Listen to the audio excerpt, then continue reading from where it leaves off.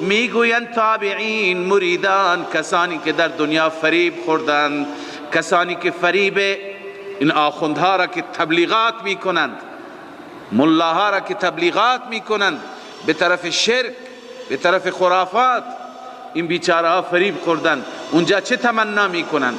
وقال الذين اتبعوا، میگویند کسانی که اتبعوا پیروی کردند، لو ان لنا کرة، اگر باشد برای ما بازگشتی در دنیا. کرة یعنی رجعة الى الدنیا. کرة یعنی چه؟ رجعة الى الدنیا، اگر بازگشتی باشد به سوی دنیا. فنتبرأ منهم کما تبرؤوا منا، ما از اینها بیزار میشیم، ما از این رؤسای خودمان، ما از این متبوعان، ما از این مرشدان، ما از اینها در دنیا